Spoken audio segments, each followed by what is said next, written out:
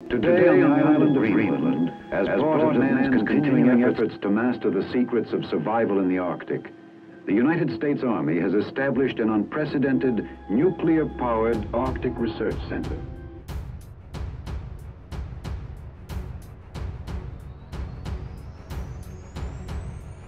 বিজ্ঞানীরা গ্রিনল্যান্ডে বরফের গভীরে স্ক্যান করার জন্য একটি নতুন রেডার সিস্টেম পরীক্ষা করার সময় বরফের প্রায় 100 ফুট নিচে পরিত্যক্ত স্থাপনা দেখতে পান। প্রথমে মনে হয়েছিল এটি কোনো হারিয়ে যাওয়া সভ্যতার ধ্বংসাবশেষ, কিন্তু বাস্তবে এটি ছিল শীতল যুদ্ধের সময়কার একটি সামরিক ঘাঁটি। শীতল যুদ্ধের সময় তৈরি করা মার্কিন যুক্তরাষ্ট্রের এই পারমাণবিক ক্যাম্পের নাম ক্যাম্প সেঞ্চুরি, যা প্রজেক্ট আইসওয়ার্মের অংশ হিসেবে 1959 সালে নির্মিত হয়েছিল।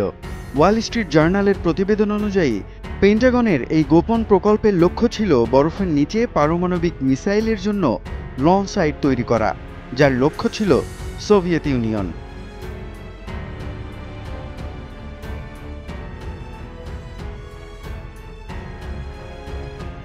এই আবিষ্কার আমেরিকার সাথে গ্রিনল্যান্ডের সম্পৃক্ততার কথা মনে করিয়ে দেয়। ডেনমার্কের সাথে 1951 সালের একটি চুক্তি অনুযায়ী আমেরিকা গ্রিনল্যান্ডে সামরিক স্থাপনা তৈরি করতে পারে। শীতল যুদ্ধের সময় দ্বীপটিতে আমেরিকার 17টি সামরিক ঘাঁটি ছিল, যেখানে প্রায় 10,000 সৈন্য মোতায়েন করা হয়েছিল। বর্তমানে গ্রিনল্যান্ডে মার্কিন যুক্তরাষ্ট্রের শুধুমাত্র একটি ঘাঁটি আছে, যেখানে প্রায় 200 সৈন্য আছে। কেবল সামরিক ঘাঁটি স্থাপনই নয়, মার্কিন যুক্তরাষ্ট্র সম্পূর্ণ গ্রিনল্যান্ডকেই নিজের কবজায় আনতে চায়। গ্রিনল্যান্ডের প্রতি মার্কিন যুক্তরাষ্ট্রের আগ্রহ দীর্ঘদিনের। 1867 ও 1946 সালে আমেরিকা গ্রিনল্যান্ড কিনতে আগ্রহ দেখিয়েছিল। 1867 সালে আলাস্কা কেনার পর secretary William H Seward Greenland কেনার চেষ্টা করেন, যা ব্যর্থ হয়। দ্বিতীয় বিশ্বযুদ্ধে ডেনমার্ক নাৎসি জার্মানির দখলে গেলে আমেরিকা 1941 সালে গ্রিনল্যান্ড দখল করে এবং পিটুফিক স্পেস বেজ স্থাপন করে, যা এখনও সক্রিয় রয়েছে।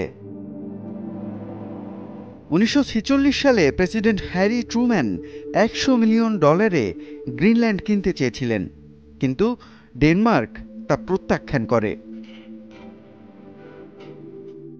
Sturdy deep-sea cutters of the United States Coast Guard patrol the western Greenland shores. ট্রাম্পের গ্রিনল্যান্ড অধিগ্রহণের ইচ্ছা নতুন নয়। দ্বিতীয় মেয়াদে ক্ষমতায় আসার পর ট্রাম্প আবারও গ্রিনল্যান্ড অধিগ্রহণের আগ্রহ প্রকাশ করেছেন। Well, we need Greenland for national security purposes. I've been told that for a long time. 2019 সালে ডেনমার্ক গ্রিনল্যান্ড বিক্রি করতে অস্বীকৃতি জানালে ট্রাম্প কোপেনহেগেন সফর বাতিল করেন।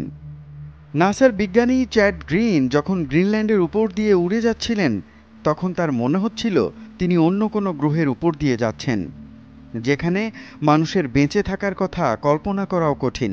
কিন্তু প্রশ্ন হলো, আমেরিকার কাছে গ্রিনল্যান্ড এত গুরুত্বপূর্ণ কেন? শুধু অধিগ্রহণই নয়, রয়টার্সের প্রতিবেদন অনুযায়ী আমেরিকা গ্রিনল্যান্ডকে একটি বিশেষ মর্যাদা দেওয়ার পরিকল্পনা করছে, যাতে দ্বীপটি তাদের প্রভাব বলয়ের মধ্যে আসে। এক্ষেত্রে যুক্তরাষ্ট্রের যুক্তি হল, রাশিয়া ও চীন আর্কটিক অঞ্চলে তাদের উপস্থিতি বাড়াচ্ছে এবং গ্রিনল্যান্ডের খনিজ সম্পদে প্রবেশ করার চেষ্টা করছে, যা যুক্তরাষ্ট্রের জাতীয় নিরাপত্তার জন্য হুমকি।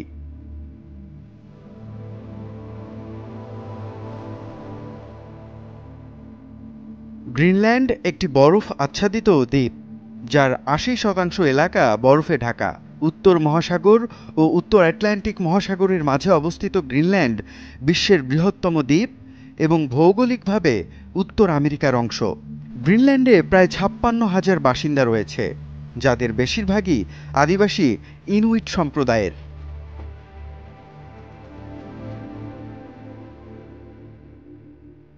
গ্রিনল্যান্ড থেকে ইউরোপ ও উত্তর আমেরিকার মধ্যে নৌ ও বিমান পথ রয়েছে, যা সামরিক ও মিসাইল সতর্কতা ব্যবস্থার জন্য কৌশলগতভাবে গুরুত্বপূর্ণ। আমেরিকা গ্রিনল্যান্ড, আইসল্যান্ড ও যুক্তরাজ্যের মধ্যাকার জলপথে রাডার স্থাপনের পরিকল্পনা করছে। যা রাশিয়া ও চীনের জাহাজ চলাচল নিয়ন্ত্রণে সাহায্য করবে। এছাড়া গ্রিনল্যান্ডে ব্যাটারি ও হাইটেক শিল্পে ব্যবহৃত বিরল মৃত্তিকা ধাতু বা রেয়ার আর্থ মিনারেল সহ বিপুল খনিজ সম্পদ রয়েছে। 2023 সালের এক জরিপে ইইউ এর তালিকাভুক্ত 34টি গুরুত্বপূর্ণ খনিজের মধ্যে 25টি এখানে পাওয়া গেছে। গ্রিনল্যান্ডের রাজধানী নুক থেকে নিউ ইয়র্কের দূরত্ব 2900 কিলোমিটার এবং ডেনমার্কের রাজধানী কোপেনহেগেনের দূরত্ব 3500 কিলোমিটার।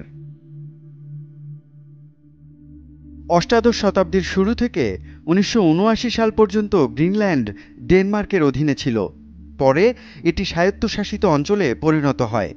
2009 সাল থেকে গ্রিনল্যান্ডের স্বাধীনতা ঘোষণা করার অধিকার রয়েছে।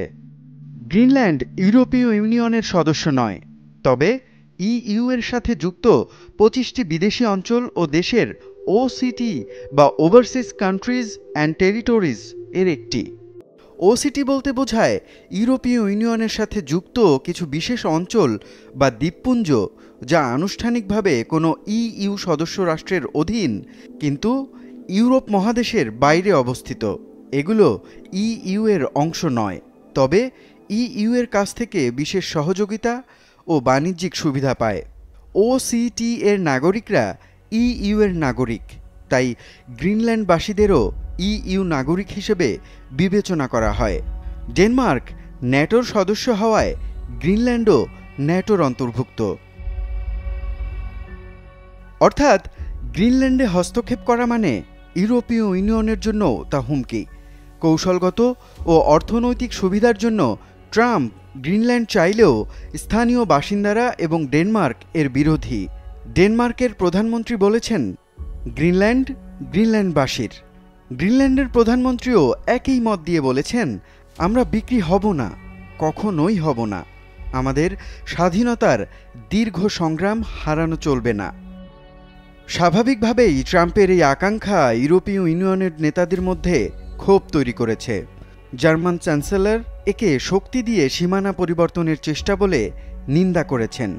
ফ্রান্সের প্রধানমন্ত্রী জন ওয়েল বারও বলেছেন, ইইউ কখনোই তার সার্বভৌমত্বে হস্তক্ষেপ সহ্য করবে না। রাজনৈতিক বিশ্লেষকদের মতে ট্রাম্পের হুমকি বাস্তবায়িত হলে আমেরিকা ইইউ সম্পর্কে বড় ধরনের ফাটল ধরে যেতে পারে, যার প্রভাব পড়বে ন্যাটোতেও। বদলে যাবে বৈশ্বিক রাজনীতির হিসাব নিকাশ। খোদ মার্কিন যুক্তরাষ্ট্রের জন্য তা খুব একটা সুখকর হবে না।